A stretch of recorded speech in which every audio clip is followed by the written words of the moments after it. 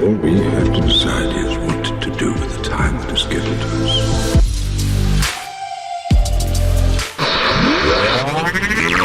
You've reached the internet's home for all things masonry. Join On the Level podcast as we plumb the depths of our ancient craft and try to unlock the mysteries, dispel the fallacies, and utilize the teachings of Freemasonry to unlock the greatness within each of us. I have you now.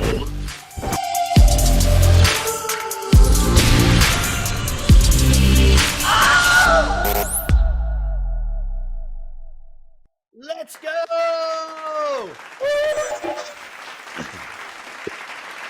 Whoa, we are back. My brother. We are back. Are Just you got ready? started. Are you ready to unlock the greatness within each of us? Greatness is a question mark at this point. Wow. I mean, we have not been on the air for some time. I got butterflies when I heard the intro. I was like, whoa, this is cool. I'm not gonna lie, my heart started to race a little bit, and I was like, I have not heard this in so long.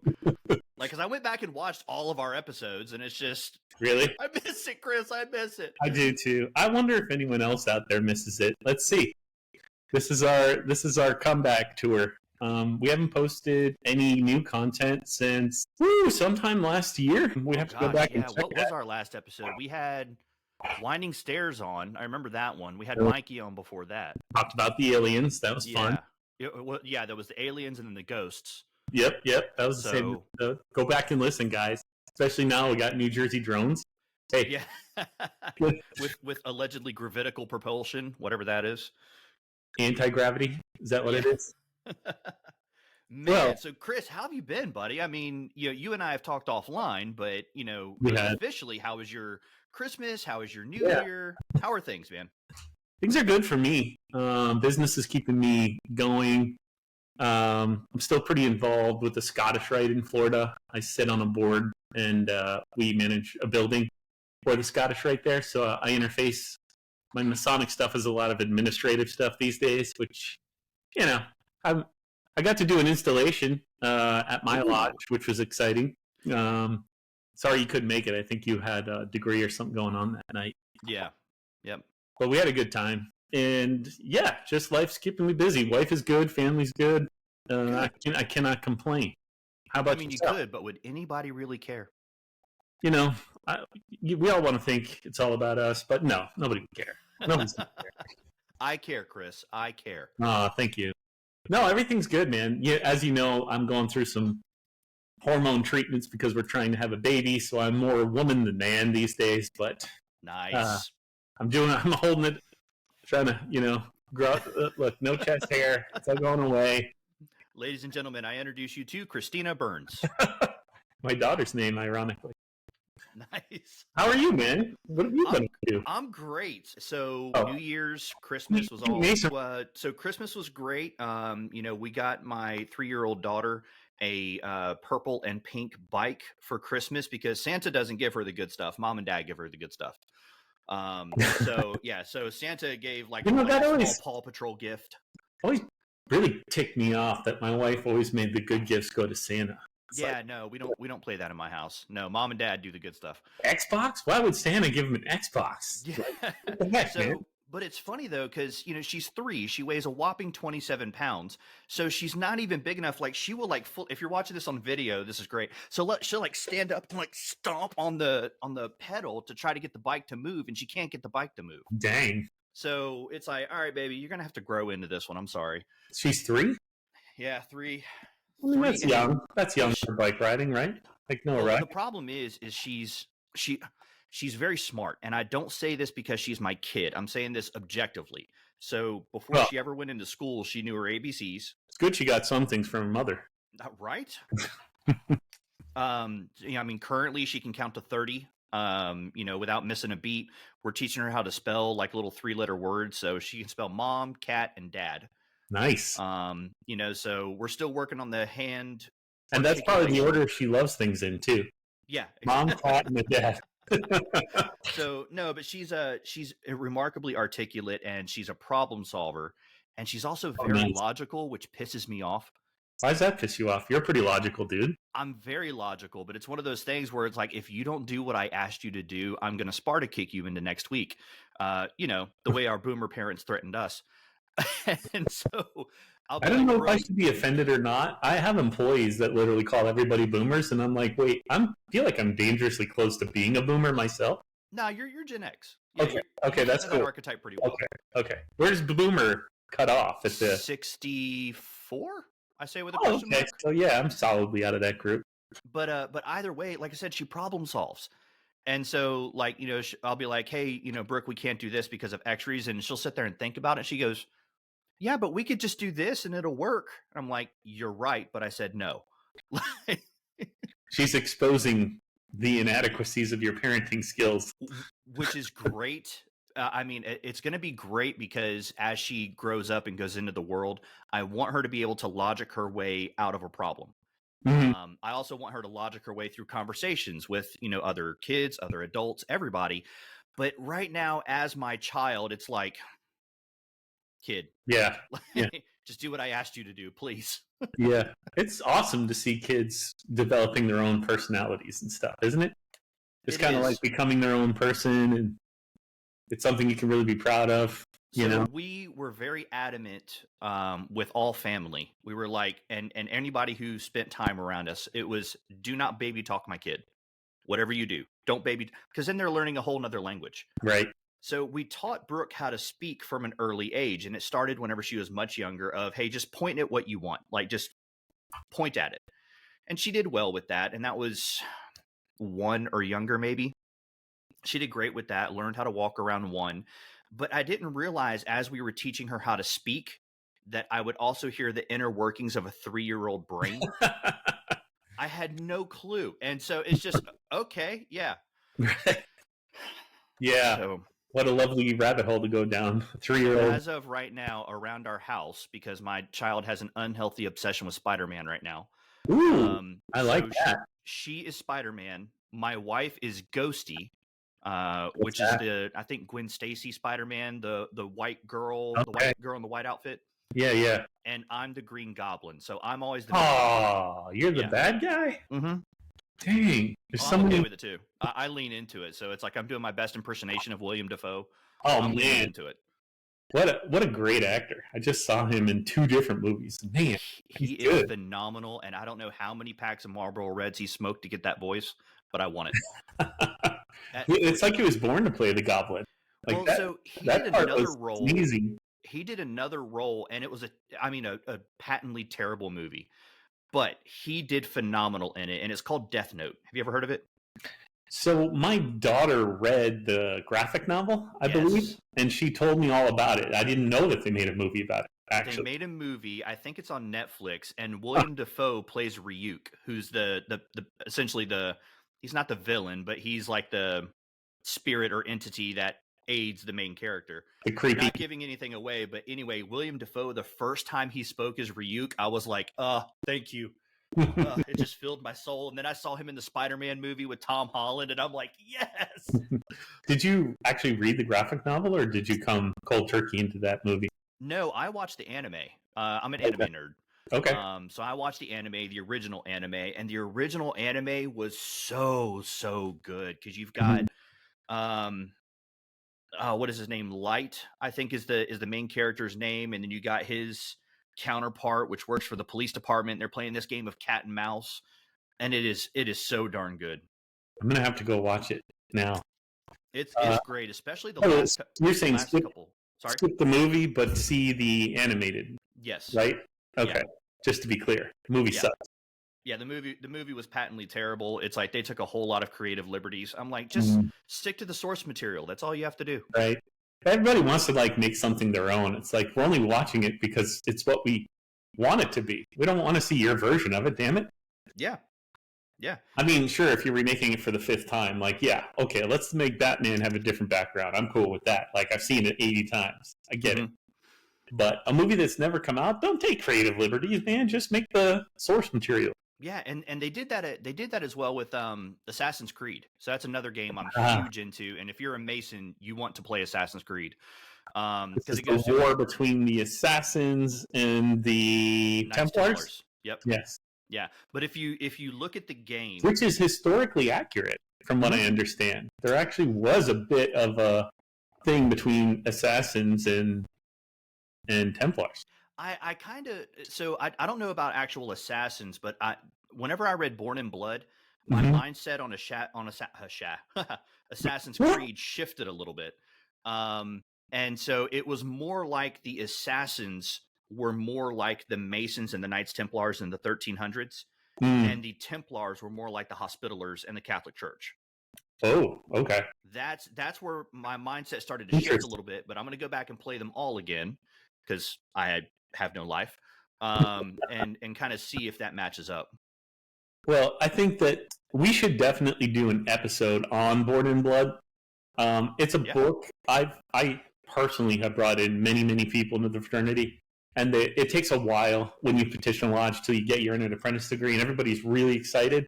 And so to divert them from going online and doing too much research, because I tell them, please don't do that. Not for me, but for you. Don't do it. Read this book instead. I think you'll find it really interesting. So I always refer Freemasonry for Dummies because I think that's about the best primer you're going to give anybody about what Freemasonry actually is. Yeah. And Born in Blood, because it's just amazing. What a great book, and historically accurate. I have Freemasonry for Dummies. I don't think I've ever opened the book, but it's in my library. You know everything in it, so there's no reason for you to do it. But for someone that's interested and hasn't joined yet, it definitely scratches that itch you have about like, oh, I want to know everything. Well, I also have Morals and Dogma, and I started to read Morals and Dogma because I haven't been through the Scottish Rite. I'm like, I have no flipping clue what's going on right now. It's written in Old English, so it's like it's a little difficult to swallow. That is basically about all of the degrees in the Scottish Rite, and the Scottish Rite degrees cover every bit of recorded human history, in my opinion. So it's going to be dense. Like you said, it's Old English. These are thinking men, and they don't know how to do punctuation. So you'll be reading one sentence for 2 pages. Like, wait, where's the end of this sentence? Like, there's got to be a turnoff somewhere. I need the pop-up version of this book. I'd rather look at pictures. Can you give me like the picture Bible, like what I have for my kid? It's like with a pop-up and like Noah's Ark flips up. Oh, really? Can you give me that? But like Morals and Dogma? Hey, I think you're onto something there. We might want to get busy on that. Indoctrinate our children. I'm going to do it. Morals and Dogma for children. So, enough of that. Chris. We need to get serious. People want to hear about Freemasonry. All right. Not about us. Not about us. Well, I think it's fair for us to talk about why we haven't been posting content. I'm under Masonic charges. Our Grandmaster put a ruling decision out about posting on social media, and then he put me under charges for some stuff that I said prior to his ruling and decision. So that's going to go to trial in March 1st. Okay. So, because of that, I think we both decided, you know what, let's not, because anything I said was not meant to hurt anybody or be derogatory. It was 100% just something that people say online. And, I didn't want to put you or myself in a position, because we talk a lot about Freemasonry. What if we said something wrong that someone could construe or view in a different light than the way we meant it in? So better safe than sorry was the thinking there for a while on my part. I don't know about yourself. I mean, we literally recorded content that we didn't release for fear that it could have been taken wrong. And they were such fun episodes. I'm not going to say they were good, but they were fun. What you remember of them, right? So for those who aren't aware, which, like, let's face it, like me, you, and our wives are probably the only ones that know, we did our first OTL After Dark. Where I got a little too far into the sauce, and I mean, there was no keeping it on track. I was really trying, and it just gave it an honest effort, but Johnny Walker had other plans. It was great, actually, and we should release that at some point in the future. How about we record it again, and I don't get 3 glasses deep while we're recording this? Love it. I mean, we'll definitely record it again. We have so much content that we haven't released. I mean, we have interviews, we have stuff that we've done. We haven't been able to publish it, like I just said, out of an abundance of caution more than anything else. But I think you and I were talking, and we were like, you know what? I miss the show. Let's do the show. Like, damn everything else. Like, we'll be careful as you and I can be, which isn't very careful, because we're honest people, and you get real when you see us and when you speak with us. Well, especially whenever you have two guys that are on external hormones. Yeah. I mean, you're on yours, I'm on TRT. I mean, anything can happen at this point. Anything can happen. We might get married by the end of this episode. Ready to go. But that's, just for everyone to be aware, that is why. And, I think I'm past it. I don't know about you. I'm aware that people are already going to trial. Multiple people have had their trials and they've been suspended. I fully expect to be suspended because, who brought the charges against me and past history of what they've done with other people. So I had to testify in a trial. Yeah, here I am, a new-ish Mason. I've only been a Mason for 14 months, and I've already been through a charter pool and a trial. That's what I want to get into. I want to talk about you. So we started our journey together on this podcast with you talking about your journey in Freemasonry. You were a fellow craft in the beginning.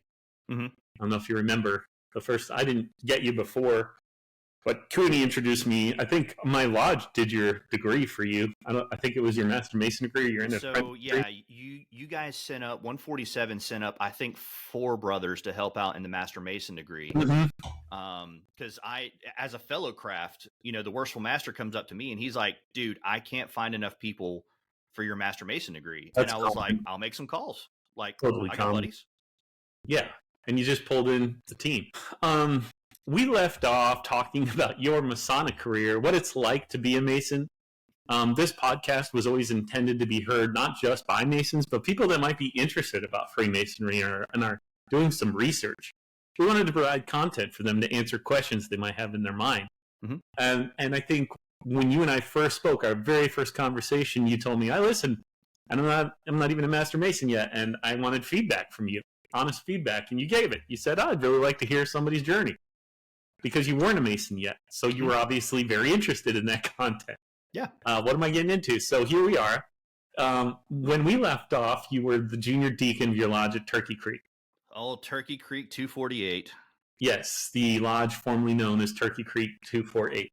Now, you were junior deacon at Turkey Creek. What the heck happened? So, through a series of unfortunate you got to give us the Cliff Notes version, obviously, because we don't want to get too deep into the weeds on it.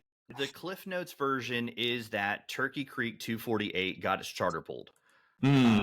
So, and there's what I'm hearing is they had a lodge before you became a member, and then you became a member, and now that isn't a lodge anymore. I'm not saying that you're the reason, but there's definitely some causes, interesting facts there. I'm feeling it, to be honest with you. I worked over at Turkey Creek. I put in a lot of work, a lot of effort over at Turkey Creek. Oh, I know you did. And it wasn't just me. There were some other brothers who helped out as well. But at you were the end of the building day, a nice team. I mean, you were building a nice team of people that were ready to, improve things, move things forward over there. We had at the October is whenever we got our charter pulled. We had at that point we would need 1 year of a past master, and then we would have 8 years of all fresh masters. So that's where it left off, and it wasn't able to survive the gauntlet, as it were. So, okay, no use crying over spilled milk. I will say, I think it was early last year, about a year ago, I went and visited for the first time. I went and visited Lakeland Lodge 91. And I went over to Lakeland Lodge, and man, the difference in Masonry between districts blew my mind. Mm-hmm. I mean, it was night and day difference. For those curious, I was a member of a lodge here in District 20, and I believe Lakeland is in District 21, if I remember right. So I ended up going over to Lakeland. I visit them a couple of times. Their worshipful master at the time last year was a guy from Bosnia, Jasmine Gerbic. Jasmine is about 6 feet tall. I'd say about 240, 250 of just solid, beard down to here. I mean, the dude's got fire in his blood. I love him. So what Jasmine had done with Lakeland is if I'm hearing it right, Lakeland was in a similar position to what Turkey Creek was in, but Jasmine, I mean, yanked that thing up by the neck and turned it around. So Mm. they were doing multiple lodge visits a year, all their degree work they do in-house, everything. He had a solid line to where all the way down to the senior deacon, everybody was in the same mindset. So I was like, Jasmine, I'm thinking about doing a plural over at your lodge, because I really like Lakeland. This is when you were still at Turkey Creek. Yeah, yeah. And even still midway through the year at Turkey Creek, I think it was, oh gosh, June, I think it was, I got a battlefield promotion where I got swapped with the senior deacon, and I then became senior deacon. Like, even on the Grand Lodge website, I was acknowledged as senior deacon. Best chair in the officer line, senior deacon. Honestly, I really enjoyed it. I enjoyed senior deacon. And I got to give a quick shout out to over here in District 20. There's a DI named Dave Wenzel, and he goes to Brandon Lodge. Dave Wenzel, I have never had a bad interaction with that guy, and he has pulled me aside and taught me so much. Golly, he's taught me so much. I mean, he taught me how to be senior deacon.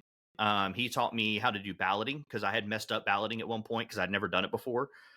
He taught me DDGM reception. I mean, and even still, like, whenever I saw him at the trial, I walked over, shook his hand, sat there and talked to him for an hour. And I said, hey, man, I just want to thank you, because now we're doing training over at Lakeland, and I'm taking some of the stuff that you taught me, and I'm taking it over there to those guys. And Beautiful. Some of the stuff they do know, some of the stuff they don't know. Right. Well, that's the thing. People outside of Freemasonry just assume we all are born knowing how to do all the secret ritual stuff. Oh, Lord, no. But we're not. We have to be taught. And what happens is you're taught by the people in the lodge you go to, generally.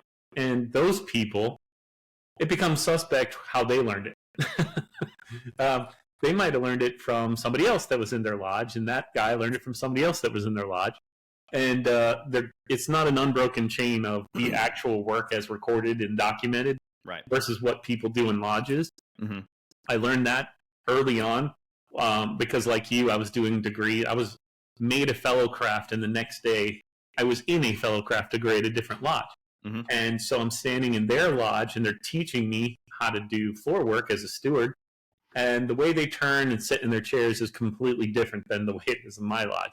Mm-hmm. And so I learned early on, anytime you go to a different lodge to do work, you should always ask them, is this how you do it?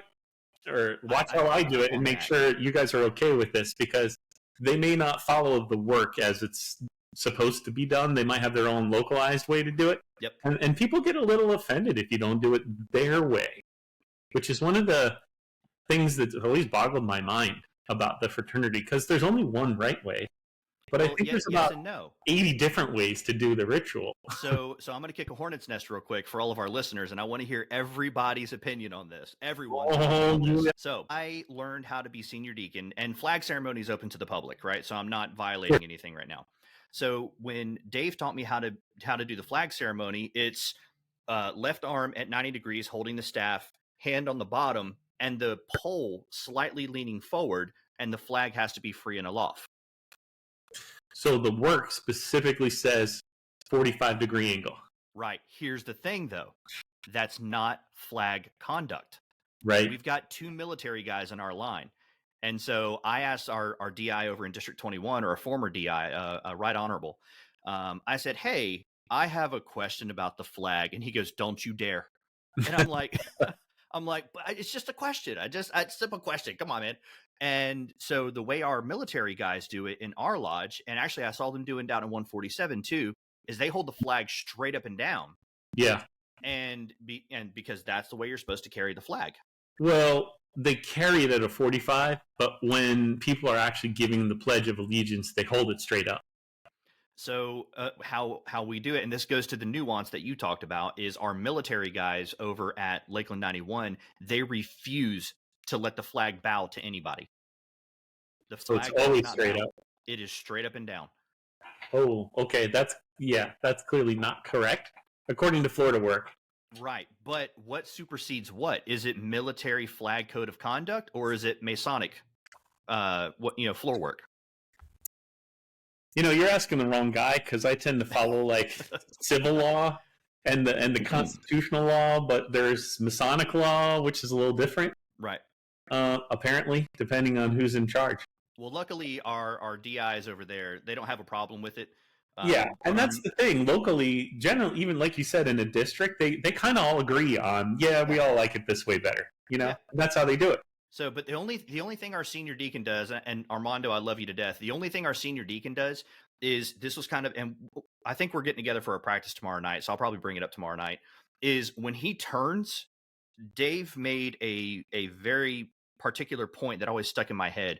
When you turn as a senior deacon, you never turn away from the worshipful master. You always turn towards the worshipful master. So, and I've seen Armando do it a couple of times during the flag ceremony where like he turns the opposite direction, and I'm just like, I don't know what the right answer is there. I'm sure the answer to that is in the book, because that kind of floor work is pretty clearly explained. Yeah. In the actual floor work book. But I will say, like, to his credit, like Armando got thrown in as senior deacon, and he is killing it as senior deacon. Like, you show him once, he's got it. That's awesome. Like, I love that dude to death, man. And he's Cuban. And I say that because his personality type is hilarious. Whenever we're like, oh, we have a thought of going and getting X thing for the lodge. Okay, so when are we going to do it? We're going to do it next week? Okay, what are you doing right now? Like, can we do it right now? Come on. Like, let's get the truck. I love that. Yeah. Dude, he is pedal to the metal. I love that guy. That's doing the work, man. Yeah. Action. That's what we need. So, back to the point of, I'm at Turkey Creek. I get the battlefield promotion to senior deacon. We have a DDGM reception. We have a Grandmaster reception. I had to learn a little bit on the Grandmaster reception because I didn't realize if the Grand Marshal was there, it kind of changes the dynamics a little bit of who escorts the Grandmaster to the east. So I learned that the hard way. But yeah, so I go over to Lakeland, and they ask me, they're like, hey, why are you wanting to join over at Lakeland? And I was like, well, I'm kind of homeless. Like, will you take in a poor and wandering soul? So this is after your charter was pulled. Mm-hmm. Now, I'm curious about that because I've never actually experienced that. How much notice did you get, or do they just pull it and you can't go back? Do they notify it? Like, how do you know what to do or when to do it? Like, what is that process like? So we had no idea that the Grandmaster was going to be there that night. We had no clue until he walked in, and he didn't even show up for dinner. He just showed up like, I think 10 or 15 minutes before Lodge started, and had like a whole entourage of people that came with him. So we were like, okay, so he came to a stated meeting and left with your charter. Correct. And that was that. Yep. No, you couldn't ever get back in the lodge after that day? No. As a matter of fact, I was told by the DD, who's a great guy. I mean, yeah, he's in a tough situation. Yeah, I'm sure. And I love debating him. Oh, it's my favorite thing to debate that guy. Because he doesn't take it personal, and neither do I. It's just like, all right, these are the facts we're dealing with. All right, let's talk about it. And we all know you're a master debater. Yes, I have been ever since the ripe old age of 13. So having said that, had to take it there, didn't you, Chris? Actually, it's grammatically correct. I don't know what you heard when I said it. So either way, he shows up. He's got everybody with him. We had no idea that it was going to happen that night. And I think our lodge meeting, from the time the Grandmaster started until the close of lodge, I think it was an hour and a half. So that was a late night. I think we were there until like 11:30, something like that. And whenever they take the screwdriver and pull the charter off the wall, man, you can hear a pin drop. Oh, I bet. And of course, me being me, I'm sitting there cracking jokes, left and right. And so our DD Roscoe, he's got these like half moon glasses, and he just like gives me one of those stares, like, like he's like, now's not the time. Now's not the time. I don't care. Like my charter's pulled. Okay. You all put your pants on the same way I do. Let's have some fun with this. So we have a recorded episode that goes into great detail about this that we can't release. So it's good to get that out there. Your lodge charter was pulled. And you had some great information that we had planned to release about like how to recover your lodge. You had a checklist of steps, and a plan that I think was meant to be a 3-year plan that you turned into like an 8-year plan or something. Yeah, we had 8 to 11 years of everything planned out, and I still have that. Yeah, so I think we should still release that, even though it didn't work. I don't think it didn't work because of your lodge or the brothers. Clearly, there was other stuff going on there. Yeah. But I think that's valuable information for other people that might be in a lodge, not just like whose charter's in danger, but just a struggling lodge. That's maybe. And I want to be fair about this. And I think this is a fair thing to say. Being over at Lakeland and seeing the mindset of Masonry over there, and then the mindset of Lakeland, I see why the Grand Master did what he did. I get it. I understand it. I'm not in total agreement with how it was done. And I have data points on that, a lot of data points on that.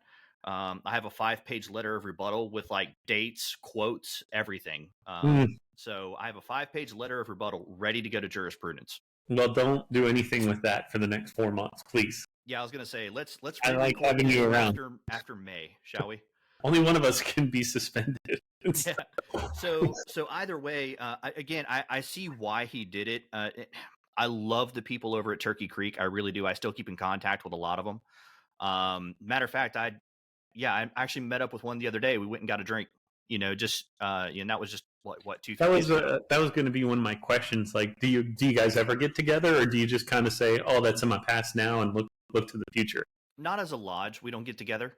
But I still hang out with them individually. And as a matter of fact, 4 of the brothers over at Turkey Creek are now, aside from me, 4 of the brothers are coming over to Lakeland as well. Okay. Yeah. Did other brothers go to just other lodges closer to them, or are they like out? They went to where they knew the most people. Okay. So a couple of the guys went down to DeSoto, which is down in Riverview. Some of the guys went to AW Windhorse, Tampa 240, picked up a couple. Dade City picked up a handful. So they just went to where they knew people. What an interesting start to your Masonic career. I know. You started as a junior deacon, you're moved up to senior deacon, your charter's pulled. Now you're at a new lodge around a new group of people, and what happens? So I was invited to a lodge officers meeting, and this was, I think, the first telltale sign that I had made a good choice with Lakeland. I go to a lodge officers meeting, and I don't know how it is at 147 or anywhere else in the state, but when we had a lodge officers meeting at Turkey Creek, you struggled just to get the officers to show up. Yeah. That was a true statement. Yeah. We had a lodge officers meeting at Lakeland 91, and not only did the entire line show up, but like 5 additional people showed up. Wow. It was insane. We had like almost 15 people sitting in the cafeteria saying, "What are we doing for 2025?" So I saw that was an issue for years. Officers don't show up to the officers meeting. Yeah. And they just get a pass. So when I had an opportunity to start holding officers meeting as the master, I own a business. I take copious notes of everything I do because I have a horrible memory. So I took copious notes of every meeting and sent it to everybody. The whole lodge saw who attended our officers meeting and who did not attend our officers meeting. Yeah. How long do you think it took before everybody was there attending the officers meeting? I'm sure they were at the next one. Yeah, next one. Yeah. And then you get the visitors. You get the people that are like, "Oh, wow, there's some cool stuff going on. Maybe I should show up," because anyone can give their opinion on something and, maybe take a project or make suggestions. So that kind of momentum starts to build, I think. That momentum solves a lot of problems in lodges. Mm-hmm. So once you get that going, things get really well. And it sounds like Lakeland is in a better place than Turkey Creek was on the momentum side. Oh, dude, it is insane, the night and day difference. So they had a guy who wanted to be the junior deacon. He was a senior steward the year before, and he was supposed to have been junior deacon that year. So he ends up having a baby, move, career change, life gets in the way. I get it. I understand it. And so he's like, "Hey, by the way, I'm really excited to move up to senior deacon." And they're like, "Huh? "Dude, you've not shown up for junior deacon, much less senior deacon." So, they encouraged him, and they were like, "Hey, if you come back," I think this was late last year. They're like, "Hey, if you come back, then all right, you're going through to senior deacon." And I told them, I was like, "Guys, look, I've got my MLTs done. I've got Master Mason 1, 2, 3 done. I've already started Lodge Officer Training course. So if you need me, I'm here, but don't think I'm chasing chairs. I'm not. I just realized that it's kind of difficult to get people to show up. Yeah. So if you need me, I'm here. And then they ended up installing me as junior deacon this year. So now I'm the junior deacon at Lakeland. Back to junior deacon. Back to junior deacon. And junior deacon's fun. It can be fun. There's, it's you're over there pretty far away from everybody, and you got one person that you can banter with, and most people won't hear you. No, we've got two. Who We've else? got two because our worshipful master last year, Jasmine, came back as our marshal, and he has been at every meeting as our marshal. That's rare. I don't often see Marshall showing up to the meetings. Yeah, mm-hmm. That's great. So when we were talking about momentum, that's one thing that Jasmine said. He and I were at a grotto event, and we sat down, ate, had a drink, and he was like, "Look, you got to understand, everybody in our line over at Lakeland, they all have the same mindset you and I do. Protect the West Gate at all costs, right? Protect the West Gate. Push this lodge forward. Push it forward. Push the bounds. Push all of it. But we need to be an active lodge, and we've got to grow this lodge because at the end of the day, it's not our lodge. It's the next generation's lodge. Right. And we have to do that. For them. Yeah. And that's where you were at the other lodge. Clearly the generation before you didn't care or weren't effective at, the things they were trying to do because you could see, and a lot of lodges are like that. People come into it and it's run down. There's just a general sense that no one cares anymore. Yeah. Yeah. And honestly, I didn't feel that over at Lakeland, and now even as junior deacon, it's energizing, right? Just to walk into a building with that kind of energy in it. It is. So I mean, we're putting together like a proposal right now. We're gonna, and here's the frustrating thing: is our meetings are always packed. Like when I say packed, I'm talking like the agenda is packed. Oh, okay. So it's like we're not just going over minutes. Yeah. All right. Do you have anything else to bring? Right. We're not doing that. It is no. Here's what we're doing. We've got this practice. We've got this degree. We've got this fundraiser. We've got, who are we giving our money to for this thing? I mean, it is such an active lodge. Matter of fact, yesterday we had the traveling gavel for almost a year for that district. And so Travelers Lodge came in and got it a couple of meetings ago. So it's like, all right, you guys got it. Yeah, cool. So we send them off with the Travelers gavel or the traveling gavel. And Travelers Lodge is out in Lake Alfred. So it's like probably 20, 30 minutes from our lodge. They meet on Saturday mornings at 8 a.m. You want to know what I didn't want to do? It's a daylight lodge? What's that? It's a daylight lodge? It's a daylight lodge. Oh. You want to know what I didn't want to do Saturday morning at 10 a.m. or 8 a.m.? Get up and drive all the way to Lake Alfred, which is a 45-minute drive for me in order to get the traveling gavel. But that's what we did. So we get in there. We sit through their meeting. Worshipful Ryan Greiner. Love that guy. Ryan stands up and he goes, "Hey, want to know how partial you are to that traveling gavel?" Everybody starts laughing. Why is everybody laughing? They share a building with Haines City Lodge. And Haines City took the gavel, even though it sits in that room, it's Haines City's gavel. So there was literally no reason for you to be there. And Haines City meets on the exact same nights that we meet. So we were like, oh, talk about a Masonic bait and switch, man. That was good. Wow. So you got to meet some new brothers. You got to see a new lodge. There's, that's fun, right? It is so fun. And I love where Lakeland is headed. We're talking about updating the lights, updating the library. And by the way, Lakeland Lodge is not a small lodge. It's a 9,000 square foot building. It is not a tiny lodge. Wow, that's pretty big. Mm-hmm. It's the whole building's 9,000 square feet. Is it 2 stories or one? One. Okay. Yeah, it has an Eastern Star that meets in there. The back rooms aren't being used right now, except for like storage for other lodges that had closed down over the years.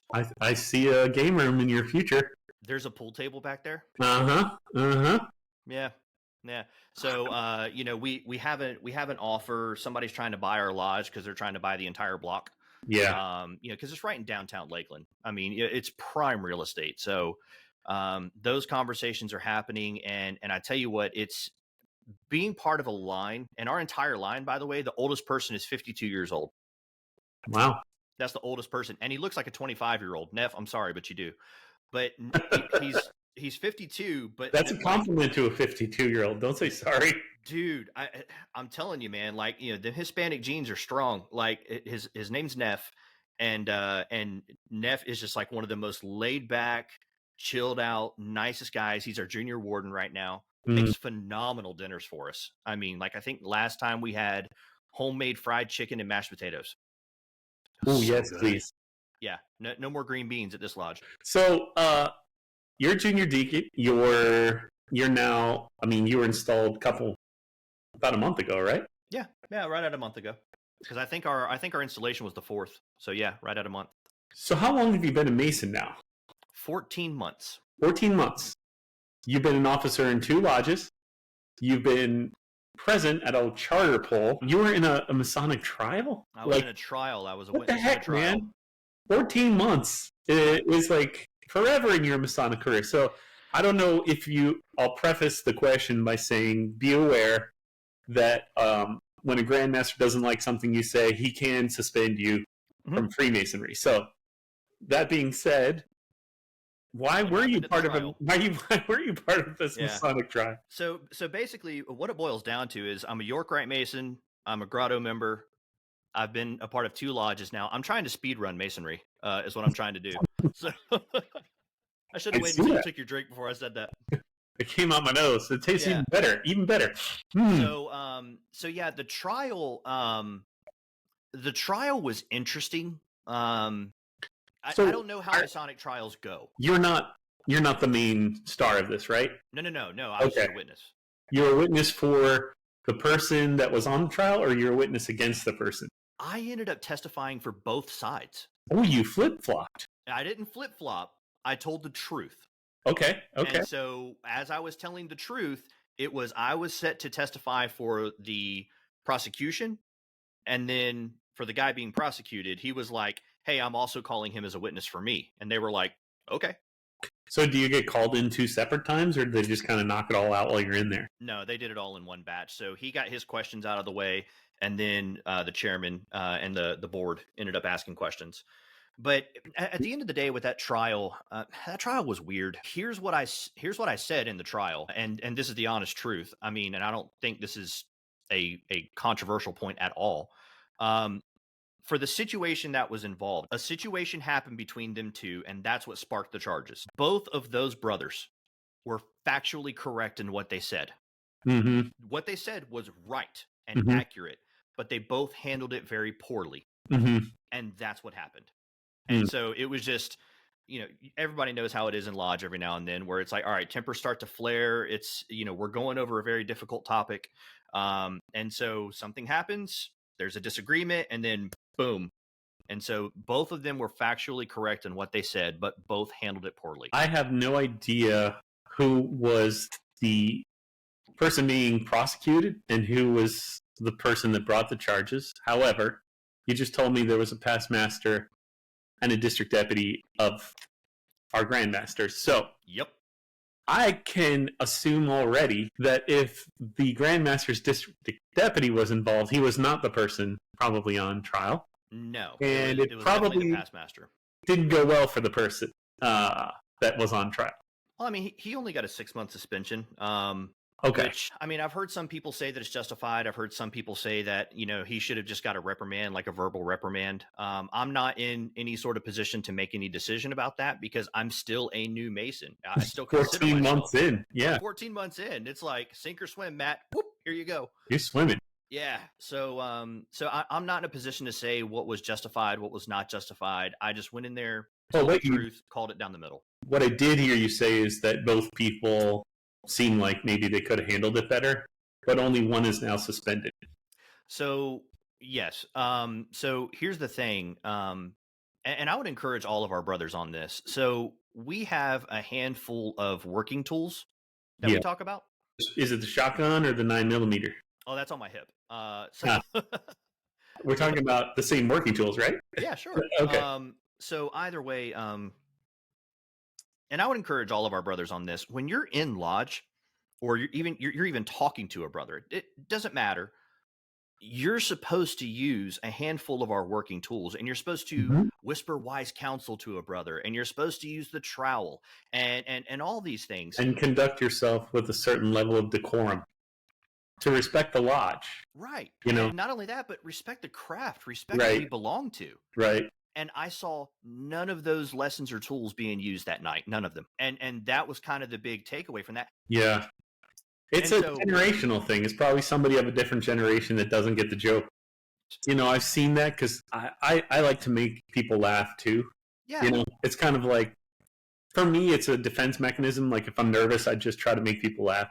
And I've had multiple situations where I was an officer in a lodge in a tiled meeting that was open, and I said something that made people laugh, and an old guy didn't hear it or didn't understand it and got upset. Yeah. And at the end of the day, I always say, I'm sorry, that was inappropriate to me. I made a joke, I apologize, and I shouldn't have done that, you know? Because So that, technically I was in the, you know, you are in the wrong. We're not supposed to be making light and having fun. well, Um, no, I disagree with the making light and having fun, because I've been a part of some meetings where it's like, it was hilarious. Like, and I even had one I had one as junior deacon where it's like just a couple of weeks ago where like my Tyler got locked out of the building. He went to go put something in his car and got locked out of the building. So it's like, I oh, open no. the door and there's nobody there. And Oh, I'm like, no. and so then I get asked afterwards, and they were like, by who? And I'm like, I don't know.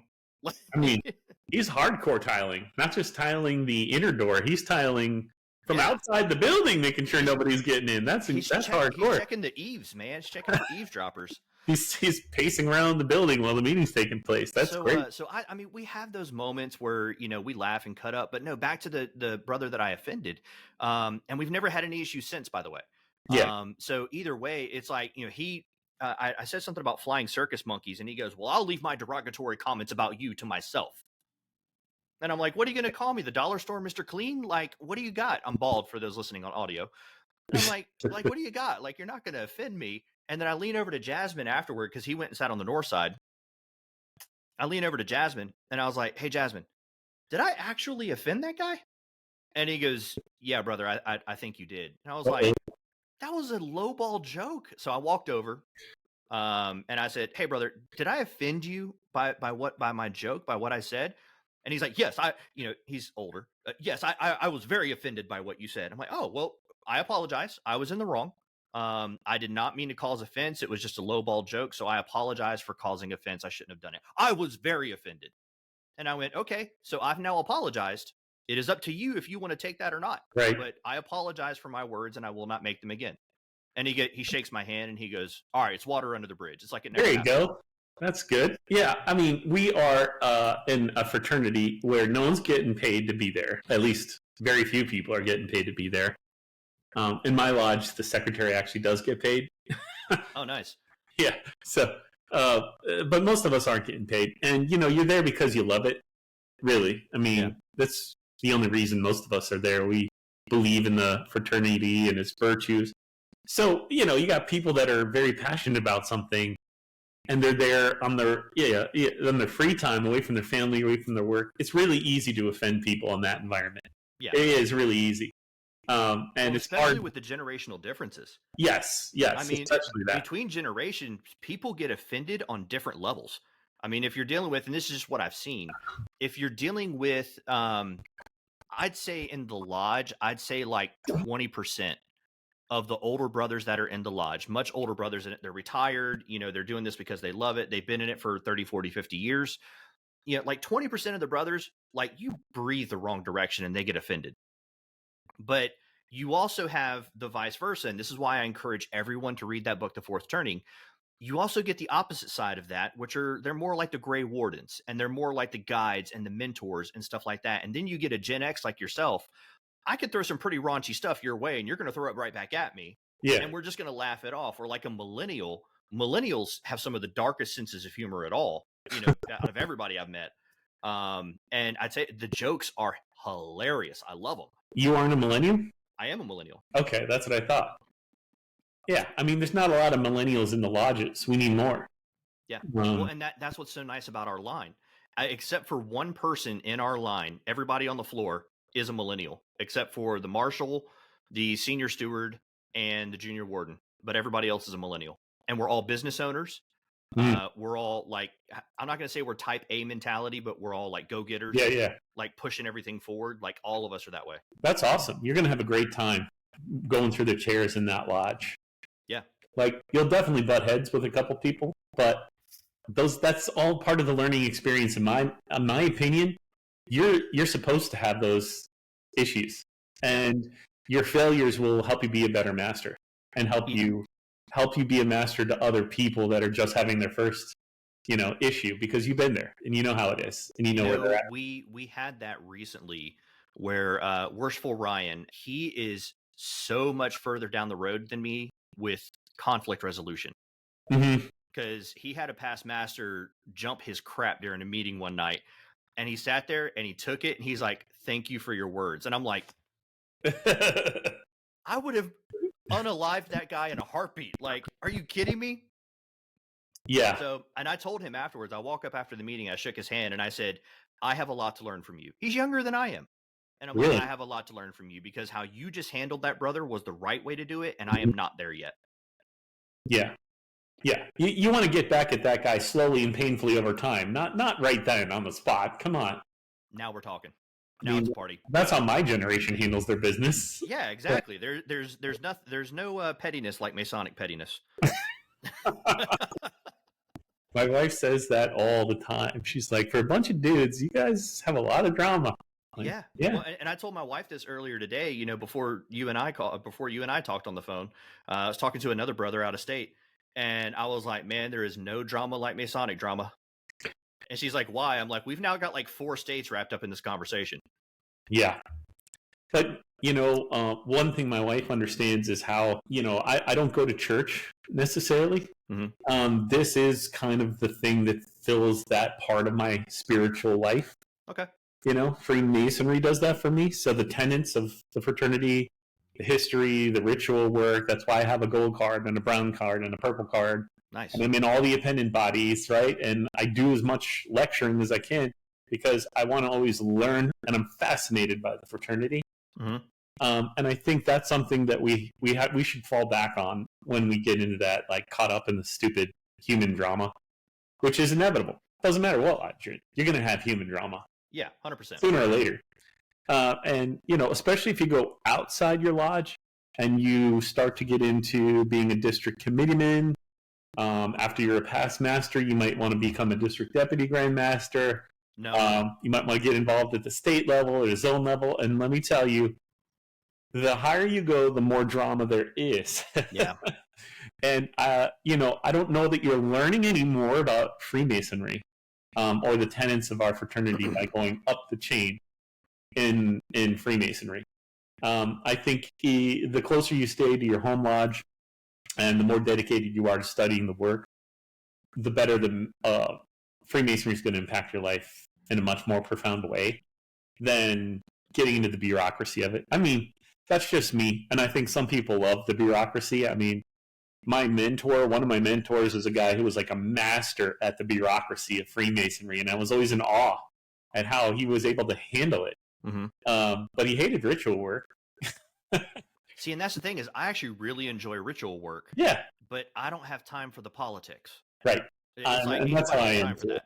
Yeah. Right. So, and even still, I told the DD for District 20, Right Worshipful Roscoe, I said, look, anywhere you have a group of guys or people in general together, you're going to have a political nature to it. I mean, you got different personality types and, work backgrounds and family backgrounds. And even regionally here in the United States, you get a guy from the Northeast that comes down here to Florida. He's not going to mesh well with the people in Florida. We just do crap different. Yeah. So either way, I told him, I said, look, whenever it comes to the high end of Masonry, whenever it comes to sometimes even at the local lodge, because I what do you call the high? Are you talking about like higher level positions in the fraternity? Yeah, I'm talking like Grand Lodge level stuff like that. I struggle with being able to separate it or distinguish it from regular American politics or church. Right. It doesn't look very different to me. It looks exactly the same. Whereas at the local lodge level, and I love the local lodge level, mm-hmm. it's fraternal. You know, like we're studying tomorrow night. I got to study for an EA degree, and I think, yeah, so I'm going to be chaplain for the EA degree. Even though I'm practicing for senior warden because we had an empty chair, so the DI was like, "Hey, sit over there," and I was like, "Say less, like let's do it." So, but either way, are you trying to learn? Are you trying to memorize some of that stuff, or yeah. So here's the thing: whenever we were at Turkey Creek, we were about to put on an EA degree for 3 candidates, and I was studying to sit in the East for the EA degree. And the only thing I had left to memorize was the writing ceremony. That was it. everyone struggles with that? Yeah. So I was studying to sit in the East for an EA degree. So I told them, like, guys, like, I want to help in degrees. And like the stewards we have over there are like, they've been stewards for years. I swear they share the same brain as stewards. They are so good. Like their movements, steps, everything. Like they step with the same feet. And one of them is like 5'6" and the other one's 6'4". So make that make sense. So, but when you see like the work synchronized like that, it's just so good. It's so much better. It's so much better. Yeah, when you see the guys who are like jerky and like, you first or me first, you first, it's like, come on, guys, get your crap together. Well, I always take it as, because the junior steward had to leave, so I just follow whatever the senior steward does. It's like, no, you're leading this, right? And I'm usually your senior. Yeah. So there's a pecking order, and I need to respect that pecking order. There are moments where the junior steward is in front, and therefore he's technically leading the other one. But for the most part, I would agree. And if you're just talking about like the officer chairs, the junior steward is supposed to be learning from the senior steward. Mm-hmm. And senior steward's supposed to be learning his junior deacon spot for next year. And even still, that's something that has been a vast shift from Turkey Creek to Lakeland is, you know, for example, our building committee over at Lakeland. I'm a general contractor. I've spent my entire life in the trades. You know, I did my first new construction job at 12 years old. All right. Don't you also do AC? Yeah, I do both. 2 different companies, same company? Yep, 2 different companies. So you're running 2 companies. I have 2 jobs. Aha. So I have 2 jobs. So, but either way, and it's like, and here's my mindset behind it, especially having 2 jobs, is essentially I want to build an empire to be able to hand off to the next generation. Yeah. Like, this company is not mine. This company belongs to the next generation. I need to build it as high as I possibly can to hand it off to them. Yeah. You know? So, you know, and that could be my daughter, my nieces and nephews. It could be anybody, you know, any future kids my wife and I may have. Like, no, this belongs to you. I'm just building it for you and reaping the benefits. But that also includes, like, you know, Disney cruises and all this other stuff that I don't want to do. Yeah. So, having said all that, so the building committee over at Lakeland at Turkey Creek, the senior warden was the head of the building committee, but he was not good at that role. So whenever it came to work being done at Turkey Creek, it was just me doing it there at the lodge by myself. Yeah, I called one time and you were like installing toilets or something. Yeah, I was swapping out 2 toilets for ADA compliant toilets. Yeah. Which there was nothing ADA compliant about that entire building. So I don't know why we even bothered. Yeah. And they were gross. Like, anybody who's replaced toilets and you got that wax ring down at the bottom of it, this was like a solid 1975 wax ring. Ooh. It was so bad. I had to level everything. I spent 2 days replacing toilets just because of everything around them. That's how much you love this fraternity. So either way, the difference being is that over at Lakeland, the senior warden's the head of the building committee. He's probably not the best from a knowledge standpoint of building, but I told the worshipful master, I'm like, hey, put me on there with him. Right. And so everything I bring to the senior warden, it's like, look, again, there's a hierarchy and a level of respect. I realize that I'm competent in what I do. You're the senior warden. I'm going to hand you all this information. You present it as your idea because you're the head of the committee. Right. Like, and that's the way I believe that it should be. I think that's correct and accurate. And then he is obviously going to give you credit when the time comes. He may even say, this is your idea. But ultimately, he needs to be the one presenting it because it's his committee. I agree with that. So you're now installed as the junior deacon once again. And do you feel like you're going to get to sit in all the chairs in this lodge as you progress through the line? Barring external circumstances, yes. Most likely? Yeah. I mean, And it always happens. Somebody moves away. There are things you can't predict, right? Somebody dies. Things happen. well, and even still, we've even talked about it because we have such a young line. Our past master from last year set plans in motion to where whenever, and he literally said this, he goes, by the time Matt sits in the East, this will be at this point. Mm, And Ryan, our current worshipful master, he goes, by the time, because, by the time Matt sits in the East, this will be the way things are. What I like about all the guys in the line is we're having conversation of, okay, you're up next. What do you want to do so I can lay the groundwork for you? great. Like Yep. what do you need so that way I can get it done? None of it's contentious at all. I mean, I think I've only seen two. I've only seen two conflicts the entire time I've been there. And even still, like, they weren't even conflicts in terms of how I saw it at Turkey Creek. It's just like, hey, we have this. Well, I brought this up 5 years ago. Great. Then you can work with that guy while he's doing it since it was your idea originally, and y'all guys can just knock it out of the park. And it's so interesting to see the difference, not only in lodges, but the difference in districts. Mhm. Like, again, we're putting on this EA degree. We've got like 4 lodges that are showing up Yeah. in Lakeland, and we're Nice. all practicing for this EA degree that we're going to be putting on in 2 weeks. Actually, we're going to be Yeah. putting on an EA degree that I'm going to be the chaplain for. And you never been chaplain before? No, it's my first time. Chaplain's fun. Yeah. You don't have a lot of stuff to do, which why I think it's fun. Don't get damaged. And even still, I mean, just looking at it from like even respecting of the past masters perspective, Mm. because I'm going to sing the praises of Lakeland 91 forever. Because like, Jasmine got out of the East, and whenever Jasmine got out of the East, it was so funny. The first time he called me, like Heather and I are my wife and I are riding in the truck, and the name Jasmine comes up across the phone, and then she just like snaps and looks at me. She's like, "Who's Jasmine?" I was like, first off, call me Aladdin. So either way, no, either way, Jasmine gets out of the East. We got him this beautiful custom made past master's apron. Oh, nice. That like nobody else in our district has. We're talking about doing medals because Travelers Lodge does that. I have a picture I'll send to you later. But they do medals, like past masters medals that you can actually put on your jacket. Yes, I have one. Yeah. Yes. And so it looks like a military medal. It's got like the ribbon with the square at the bottom. Yeah. So either way, we're talking about doing that just to respect our past masters. And it's like, see, mine's hanging on the wall over there next. yeah, I see it next to the thing. Yeah. Just above the apron. Nice. So it's like, just little things like that is just completely different than anything that I have ever experienced before in Masonry.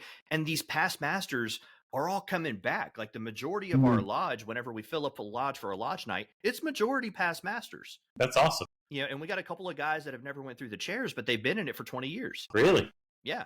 So I absolutely love the mindset over there. I was talking to Roscoe about it after the trial.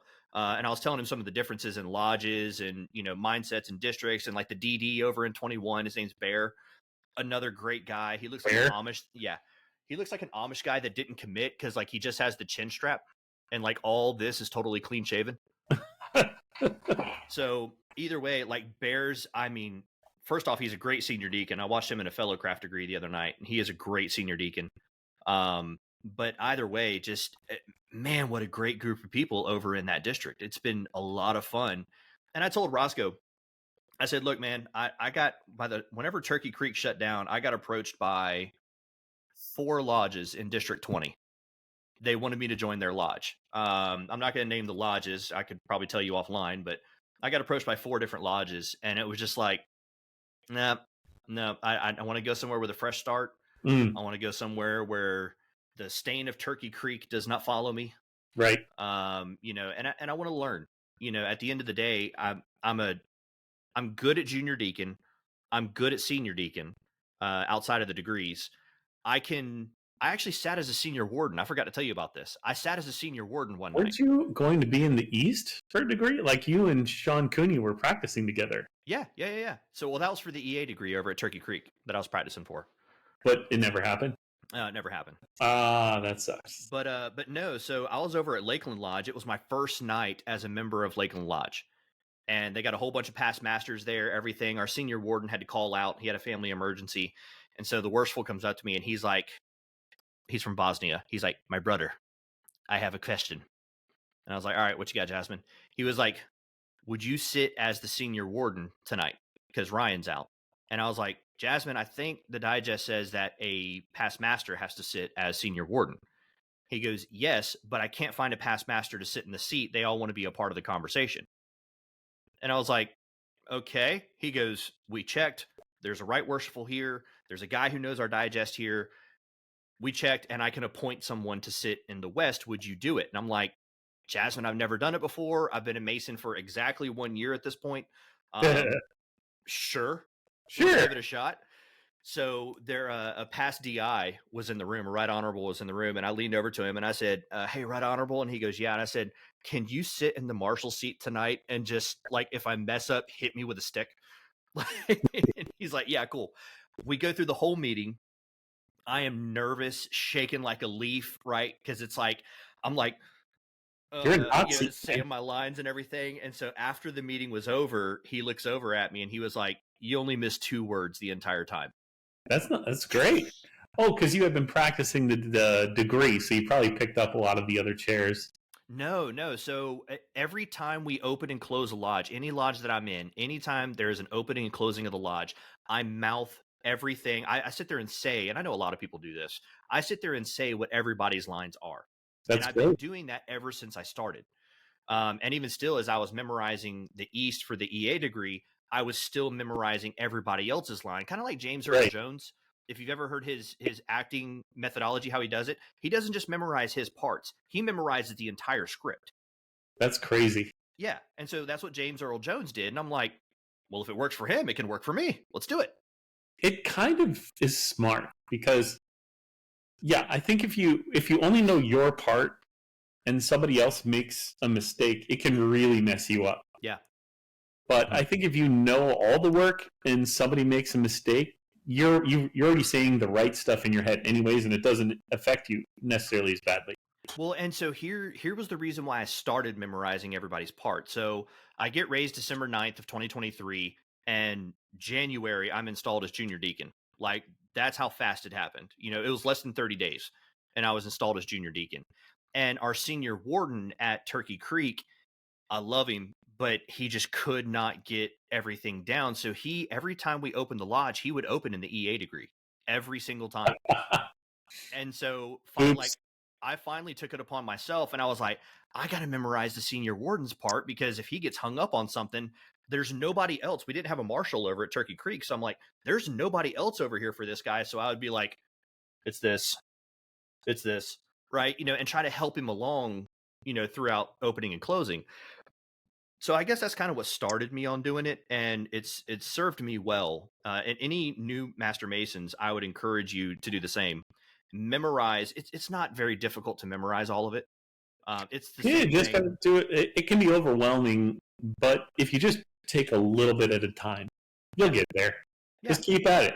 A little bit at a time. Start by memorizing junior deacon, and even still, while I was doing my fellowcraft catechisms, I was being taught junior deacon. Wow. So, yeah. So it's like we're wrapping up, you know, we're there training, you know, we got multiple people in the room.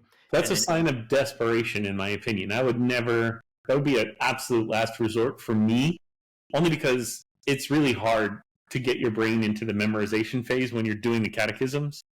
And I would never want to confuse someone with like more stuff. Well, yeah, we got our charter, more stuff. Thanks for reminding me. I've seen it in other lodges, in fact. And I've actually told people, you need to stop that. Mm-hmm. And, you know, some people think it's good because you want to get the new people involved. That's their thinking. Like, get those new people involved, and they'll be more but get them involved at junior steward. Exactly. And give them 2 years to hear everything. Exactly. They'll have it memorized at that point. They'll go to degrees at that point. They'll help. We'll have training nights, you know, and then, you know, like right now, if our training nights is every third Monday. So it's like our meeting nights are second and fourth Mondays, and on the third Monday we do training. So it's like, if anybody wants to sit as junior deacon and learn junior deacon, I don't have to. I have that memorized. I have senior deacon memorized. I've got almost all the parts memorized, except for like a handful of wording at the Worshipful Master Station. So about transactions, like that's a weird one. So, but either way, it's like it's not difficult. Just take one role at a time, learn that role. Yeah. Okay, now build on to the senior deacon, now build on with junior warden, now build on with senior warden. And you're right. Every time you go to a meeting, there's plenty of opportunities. It's basically a practice session if you do it in your head. Yeah. Instead of staring at the wall and trying to stay awake, listen and try to say it in your head. Yeah, and then at that point, if you memorize the words early on, the only thing you have to memorize after that is floor work. Mm-hmm. And if you have any anomalies, like, the challenge to all present being Master Masons, like that's the next thing we're going to practice is, the challenge. Yeah, I've never participated in that. I've seen it, but I've never participated in it. I'm still going to talk about Turkey Creek for a minute. That senior warden we had over there, he did a challenge one night and none of us were ready for it. Like we hadn't practiced it, but he was being cute and he was like, I'm not satisfied. And all of us just went, just snapped over and looked right at him. And I was like, oh. So luckily, I was over at, I think, Brandon Lodge, and they practiced, it might have been Brandon Lodge. I can't remember who it was, but anyway, I was at a lodge and they did a challenge to that question. And so our senior deacon that night kind of knew it. And I sort of knew it. So it's like, all right, we fumbled through it. And luckily it was just our lodge that was there. Wasn't anybody external showed up. Well, I've had the fortune to travel a bit. And there are jurisdictions where that is part of their work. They have to do it every time. Nice. Believe it or not. Every opening, they've got to do that, which is crazy. Coming from Florida, you're like, what? You guys are crazy. And they're like, you don't do this? We're like, no.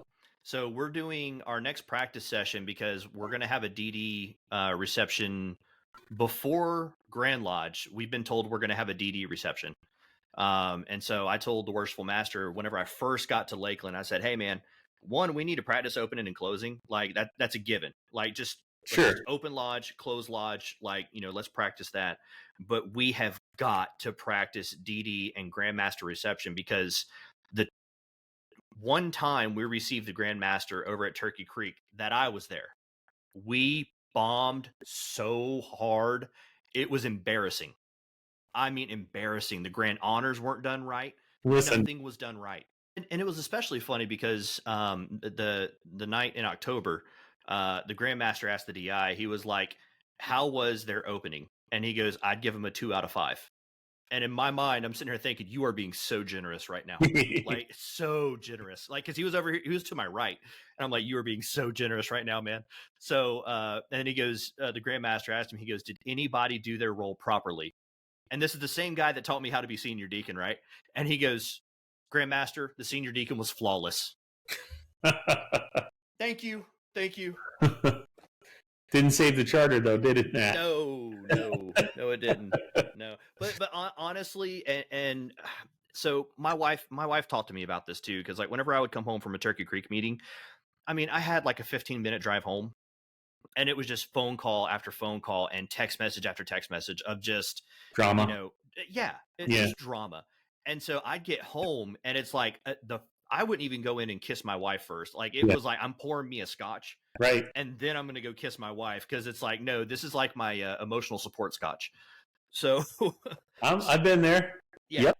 So it was stressing me out. And then, coming up with a plan of action and, getting everybody on board. And my days were just consumed with call after call after call.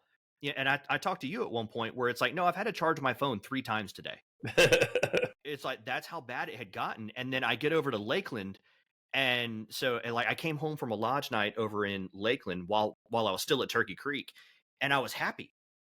I was happy. Like I enjoyed it. It was wholesome, had great conversations with everybody. And she looked at me and she's like, Matt, you need to leave Turkey Creek and you need to join Lakeland.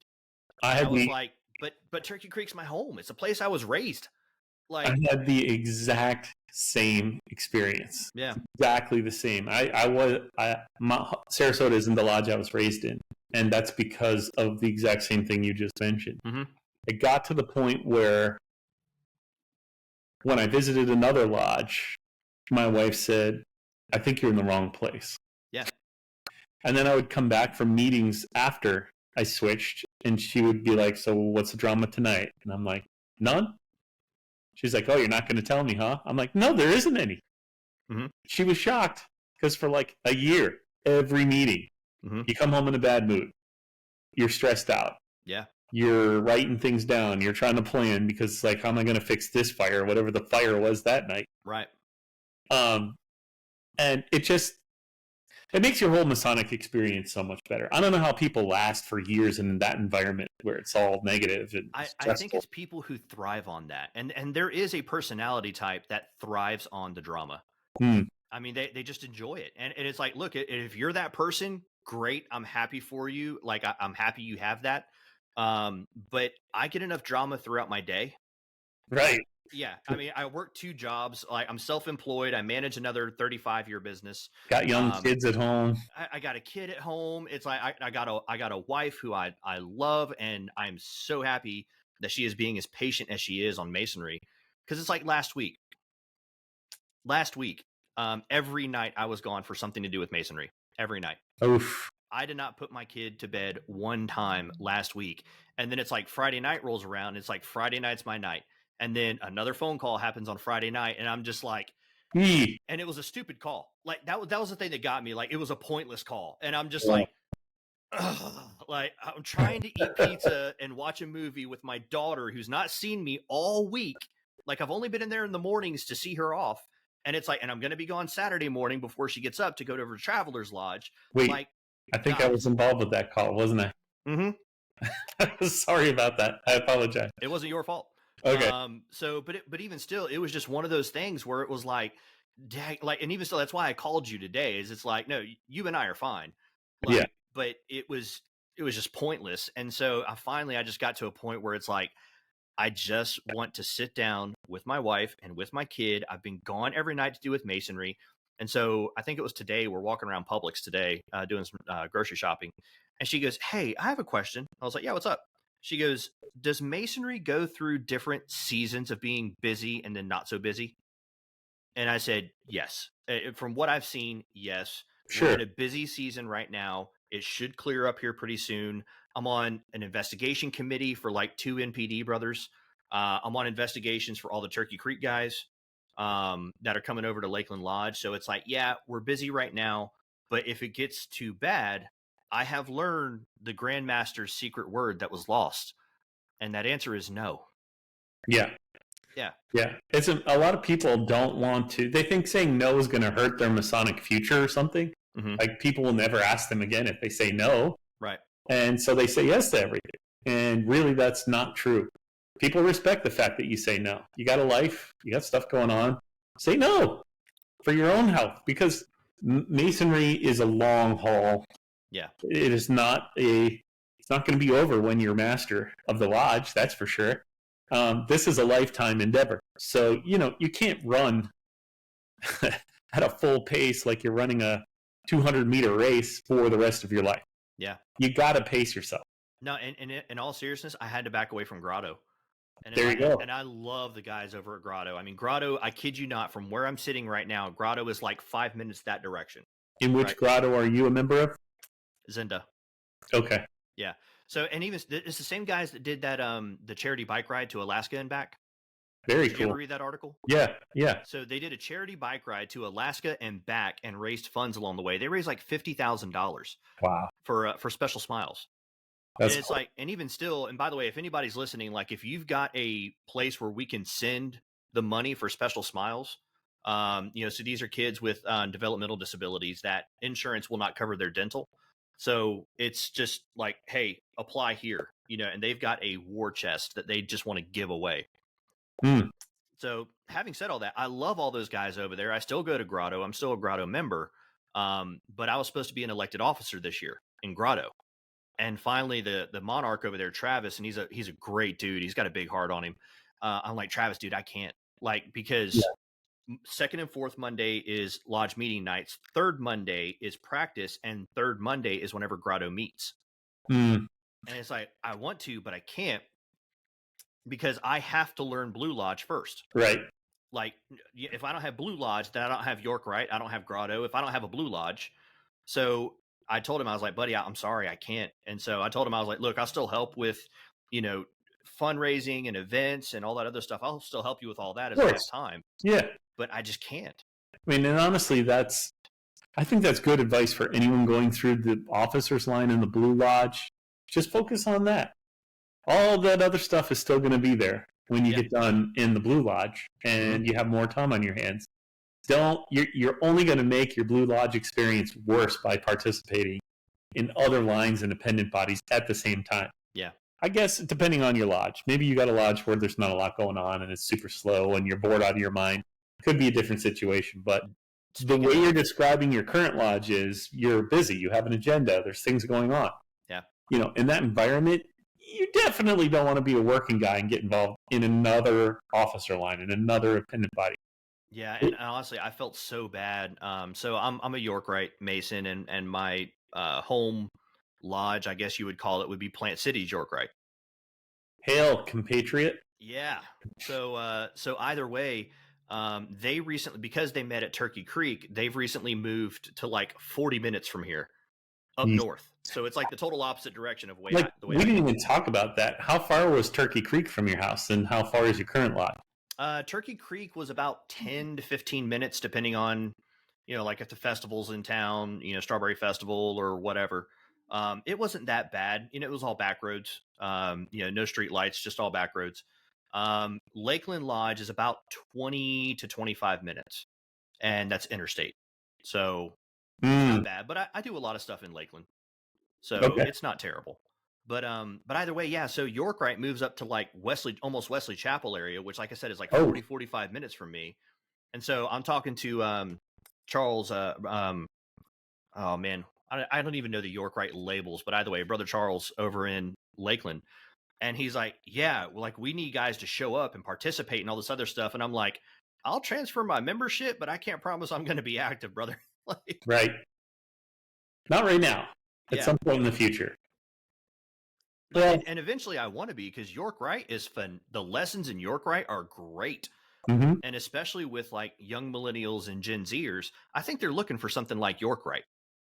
If you look at this like Deus Vult movement that they're doing, God wills it, a lot of them are turning through, I'll send you a news article on it, but a lot of them are turning to like Orthodox Christianity or Catholicism. Really? So it's like, that's kind of right in your wheelhouse of what you're wanting, of the tradition, the ritual, like all of that. Yeah, costumes. Yeah, costumes. If you've ever been a fan of Captain Crunch, you will love the hat in the commandery. Oh, I didn't even think about that. Yep. You'll have a whole bird on your head. It's fascinating. Yeah. But either way, yeah. So that's where I ended up. I love Lakeland Lodge. Phenomenal brothers over there. I will be at Grand Lodge this year. You can't pull me away from Grand Lodge this year. I am so very excited for all of that. And this is your first Grand Lodge, that communication that you're attending? This will be the first one that I'm attending. I could have went to last year, but I was so new. I was like, it's kind of pointless for me to go. I don't anticipate this is going to be a normal grand communication. So don't. No, and that's why I want to go. Okay. Yeah. And hopefully, if everything goes well, it'll be my first time officially meeting you face to face. I still have not met you face to face and shook your hand. That's crazy to think about. Mm-hmm. Yeah. Dang. Nice. So, do you want to keep doing this, Matt? Are we going to start gearing up the content machine again, talking about Freemasonry, or is this? I'm totally okay with it. It really depends on. It's actually kind of out of our hands. Depending on how things go in the future, on if anything, let's say we go over Born in Blood, by John Robinson. Mm-hmm. Could that be taken a different way? As we cover that content. So I'm all about it. I want to do it. Yeah. No, thanks. I don't want any part of that politics stuff, whether it's Masonic or otherwise. But either way, I mean, that's kind of what it boils down to, is trying to find that sweet spot right in the middle is extremely rare. You laugh. I think I've talked to you about this. I'm not laughing. My 50-year goal, this is legitimately my 50-year goal, is I want to start a compound out where I plan on moving, which is going to be the next county over, where I want to put a school, a potentially like a Masonic home-esque style facility, a church, and a Masonic lodge on the second floor of that church. Mm. I would love nothing more than to have all of that all on one property, like a good 120 acre property, and it's like going to be like a Montessori style school where it's like the kids are learning stuff. They're not learning like geometric algorithms. No, they're learning how to file taxes and change tires. Like, you know, they're learning how to build stuff. Right. I would love nothing more than to have something like that. There you go. Any investors listening? Let's do it. Man has a plan. Let's do it. Man has a plan. How can they reach you? You can reach me on Facebook under Matt Stone. You can email me at matt@classicdesignspc.com. If you hop on the Level podcast page, you're going to see me commenting on there. So yeah, reach out to me. Awesome, man. I really appreciate you taking the time on a Sunday to do this with me. Anytime, brother. We'll get this edited and put out real quick, and I look forward to the next one. Absolutely. And you guys will be hearing more from us. It's either going to be Born in Blood, or I'm not opposed to doing some of this Christian comparison with Freemasonry stuff. Fascinates me too. We can do that. I will write up and send you a top 10, and we'll dive into every bit of them. Okay. All right. Sounds good. You heard it from here. On the Level podcast is out. Out.